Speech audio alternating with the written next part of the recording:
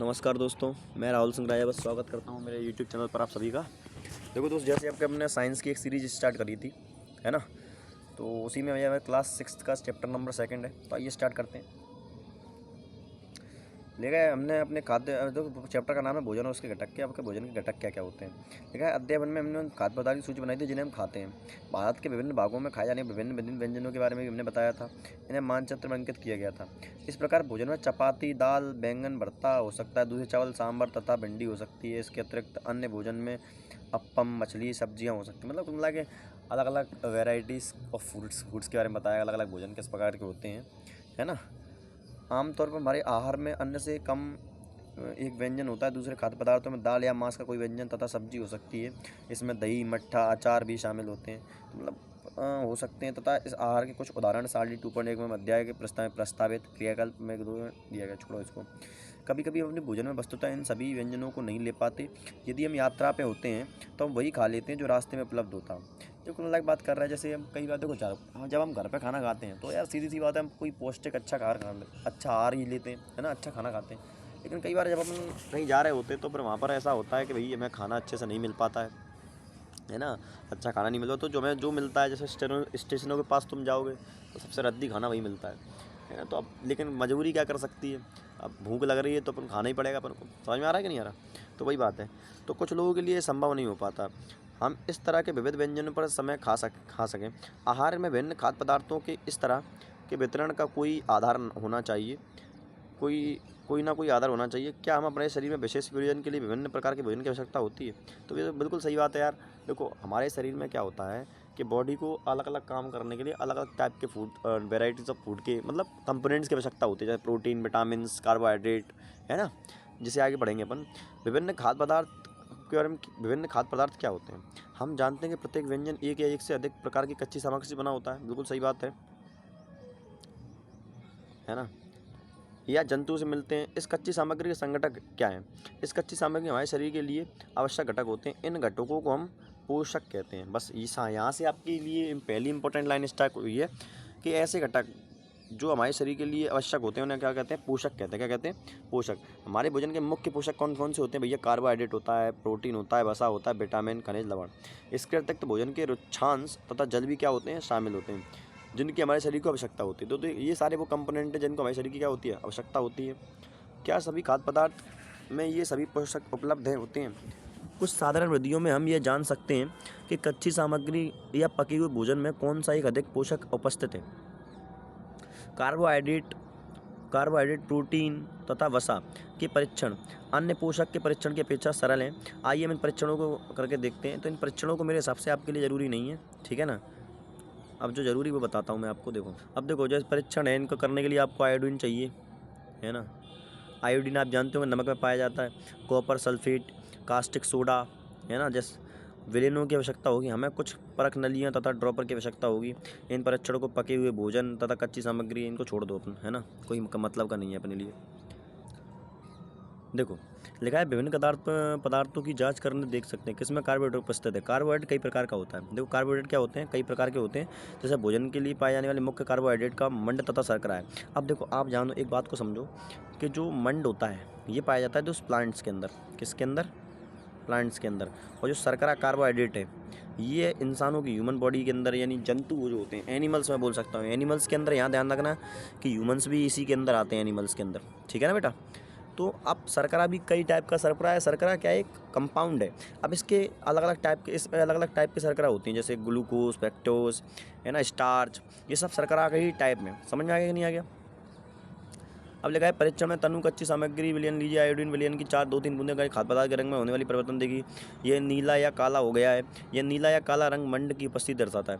तो आपको बस इतना याद रखना है कि जब अपन परीक्षण करते हैं मंड की परीक्षण, तो जो उसका नीला या काला रंग जो होता है वो मंड की उपस्थिति को दिखाता है। किसको दिखाता है, मंड की उपस्थिति को, ठीक है। आगे देखेंगे। इस परीक्षण के अन्य किसी पदार्थ के साथ दोहराइए और जांच कीजिए इसमें मंड अपने आप परीक्षणों की सारणी है कि नहीं। प्रोटीन का परीक्षण। प्रोटीन के परीक्षण के लिए किसी खाद्य पदार्थ की थोड़ी मात्रा लीजिए। इस खाद्य पदार्थ का परीक्षण करना है तो ये ठोस है, तो पहले इसका पेस्ट अथवा चूर्ण बनाने की आवश्यकता होती है। खाद्य पदार्थ की थोड़ी मात्रा को को पीस कर या मसल कर उसे चूर्ण बनाना साफ परख नली में डाल दें और 10 बूंदें जल डालकर इसे अच्छी तरह हिलाएं। अब ड्रॉपर की सहायता से परख नली में 2 बूंदें कॉपर सल्फेट की डालना है और विलयन तथा 10 बूंद कास्टिक सोडा की डालना है। याद रखना कि 2 ऐसे कंपोनेंट जो हमें जब परीक्षण करने के लिए चाहिए होते हैं वो याद रखना। एक तो कॉपर सल्फेट होता है CuSO4, है ना। क्या फॉर्मूला होता है कॉपर सल्फेट का? तो ये होता है CuSO4। और होता है कास्टिक सोडा। कास्टिक सोडा फिर क्या होता है? NaOH होता है, Na सोडियम हाइड्रोक्साइड, इसको बोलते हैं कास्टिक सोडा। और ये आपका होता है कॉपर सल्फेट। तो इन दोनों की आवश्यकता होती है, मैं याद रखना, परीक्षण के लिए। अब इन विलयन को डालिए, अच्छी तरह हिलाकर कुछ मिनट में परख नली दीजिए। आपने देखा होगा परख नली का जो पदार्थ है बैंगनी रंग का हो गया है। बैंगनी रंग खाद्य पदार्थ में प्रोटीन की उपस्थिति दिखाती है। आपको याद रखना है कि बैंगनी रंग किसकी उपस्थिति दिखाती है? प्रोटीन की उपस्थिति दिखाती है। और काला और नीला रंग किसकी उपस्थिति दिखाता है? मंड की उपस्थिति दिखाता है। अब बात करते हैं वसा का परीक्षण। खाद्य पदार्थ अल्प मात्रा लीजिए, कोई भी खाद्य पदार्थ लो, इसे आप कागज़ के टुकड़ों पर लपेट कर कूटिए। ध्यान रखें, क्या ध्यान रखें भैया, किसके बारे में ध्यान रखें? वो तो चली गई। कागज़ फट ना जाए। अब कागज़ को सीधा कीजिए और ध्यानपूर्वक देखिए, क्या इस पर तेल के धब्बे के कागज़ के किसी प्रकाश सामने लाएं? क्या आपको इस धब्बे से होकर आने वाले धुंधला प्रकाश दिखाई दिया? कागज़ पर तेल का धब्बा खाद्य पदार्थ में वसा की उपस्थिति दिखाता है। याद रखना कि जब भी मुझे किसी चीज़ पर तेल की उपस्थिति दिखाई देगी, मैं समझाऊंगा वो क्या है। वहाँ पर क्या है दोस्त? वसा है। क्या है? वसा। तभी तो जो इंग्लिश मीडियम के विद्यार्थी हैं, जो पढ़े लिखे ज़्यादा होते हैं, वो कहते हैं माय गॉड इतना ऑयल, ये तो बहुत ज़्यादा, इससे वो फलानी बीमारी हो जाएंगी, है ना, हार्ट अटैक के चांस बढ़ जाएंगे। तो वो लोग ऐसा चीज़ें देखते हैं, अपन सब चपा जाते हैं, ठीक है नहीं। अलग किसी भी मात्रा हो सकती है। इस दशा में इन पदार्थों को कागज़ पर धीरे धीरे रगड़िए और समय के लिए कागज़ को सूख दीजिए, ताकि यदि खाद्य पदार्थ में कुछ जल आया हो तो वह सूख जाएगा। इसके बाद यदि कागज़ पर तेल का कोई धब्बा ना रहे तो यह पता चलता है खाद्य पदार्थ में वसा अनुपस्थित है। ये परीक्षण क्या दर्शाता है? क्या वसा, प्रोटीन तथा मंड उन सभी खाद्य पदार्थों में उपस्थित हैं जिनका आपने परीक्षण किया? क्या एक खाद्य पदार्थ में एक से अधिक पोषक तत्व उपस्थित होते हैं? क्या आपने ऐसा कोई पदार्थ पाया जिसमें इनमें से कोई पोषक तत्व उपस्थित ना हो? हमने 3 पोषक कार्बोहाइड्रेट, प्रोटीन तथा वसा के लिए खाद्य पदार्थों का परीक्षण किया। विटामिन तथा खनिज, लवण जैसे अन्य पोषक भी हमारे खाद्य पदार्थों में उपस्थित रहते हैं। इन सभी पोषकों को हमें क्यों आवश्यकता होती है? अब बात करते हो क्या क्या और उपस्थित होता है। तो ये विटामिन और खनिज लवण भी जो है उपस्थित होते हैं। अब उपस्थित क्यों होते हैं? विभिन्न पोषक हमारे शरीर के लिए क्या करते हैं? जैसे कार्बोहाइड्रेट मुख्य रूप से हमारे शरीर को ऊर्जा प्रदान करता है। याद रखना कि हमारी ऊर्जा के लिए हमारे मुख्य स्रोत क्या है? तो कार्बोहाइड्रेट। आपसे पूछा जाएगा कि आप किससे हमें एनर्जी मिलती है, तो आप बताएंगे सर कार्बोहाइड्रेट से हमको एनर्जी मिलती है। हालांकि एनर्जी और भी चीज़ों से मिलती है, ऐसा नहीं है। प्रोटीन, जो वसा होते हैं, इनसे भी जब कार्बोहाइड्रेट की बहुत ज़्यादा कमी होती है तब इनसे हमें एनर्जी मिलती है। लेकिन मुख्य स्रोत हमारा एनर्जी का क्या है? तो आप बताएंगे कि सर आपकी एनर्जी का जो मुख्य स्रोत है वो आपका कार्बोहाइड्रेट होता है। कौन सा होता है? कार्बोहाइड्रेट। वसा से भी ऊर्जा मिलती है। देखो लिखा है, क्या लिखा है कि सर ऐसा नहीं है कि केवल कार्बोहाइड्रेट से ऊर्जा मिलती है, वसा से भी ऊर्जा मिलती है। वास्तविकता यह है कि कार्बोहाइड्रेट की तुलना में वसा की समान मात्रा में अधिक ऊर्जा प्राप्त होती है। तो वसा से हमें ज़्यादा ऊर्जा प्राप्त होती है सेम चीज़ों से, है ना। अब वसा और कार्बोहाइड्रेट भोजन का ऊर्जा देने वाला भोजन भी कहते हैं। तो वसा को, कार्बोहाइड्रेट को भोजन ऊर्जा देने वाला भोजन भी कह देते हैं। तो किसको? वसा को, वसा और कार्बोहाइड्रेट को ऊर्जा देने वाला भोजन भी हम कहते हैं। ध्यान रखना, ठीक है, ठीक है। अब जैसे यहाँ पर देखेंगे कार्बोहाइड्रेट कुछ स्रोत लिखे हैं, जैसे शकरकंदी है, आलू है, गन्ना है, पपीता है, तरबूज है, आम है, मक्का है, बाजरा, चावल, गेहूँ, ये सब कार्बोहाइड्रेट के बात करूँ, ये देखो, ये दूसरा एग्जाम्पल, जैसे मूंगफली है, गिरी, तिल, है ना। अब ये जंतु के स्रोत हैं। अब समझ में आ गया कि नहीं आ गया? आ गया होगा यार, आगे बढ़ते हैं, है ना। ये सारे बहुत सारे स्रोत आपके सामने दिखाई दिए। प्रोटीन के कुछ स्रोत दिखें, मूंग, तुअर की दाल, राजमा, मटर, सोयाबीन। और मांस की बात, मछली, पनीर, अंडे, मांस, दूध, है ना। ऐसे ही देखो विटामिन सी के कुछ स्रोत दिखाएं, अमरूद, मिर्च, नींबू, आंवला। विटामिन सी सारे खट्टे फलों में मिल जाता है। कैसे मिलेगा? सारे खट्टे फलों में आपको एक विटामिन देखने को मिलेगा, वो है विटामिन सी, ठीक है। और विटामिन ए के अच्छे स्रोत क्या है? आम खाओ, पपीता खाओ, गाजर खा लो, मूली खा लो, है ना। अब बात करते हैं प्रोटीन की आवश्यकता शरीर की वृद्धि तथा स्वस्थ रहने के लिए होती है। तो प्रोटीन की आवश्यकता वृद्धि करने के लिए, शरीर की वृद्धि करने के लिए और स्वस्थ रहने के लिए होती है। प्रोटीन युक्त भोजन को प्राय शरीर वर्धक भोजन भी कहते हैं। क्या कहते हैं इनको? शरीर वर्धक भोजन। मतलब शरीर के अंदर जो भी डेवलपमेंट होता है वो किसकी वजह से होता है, प्रोटीन की वजह से होता है।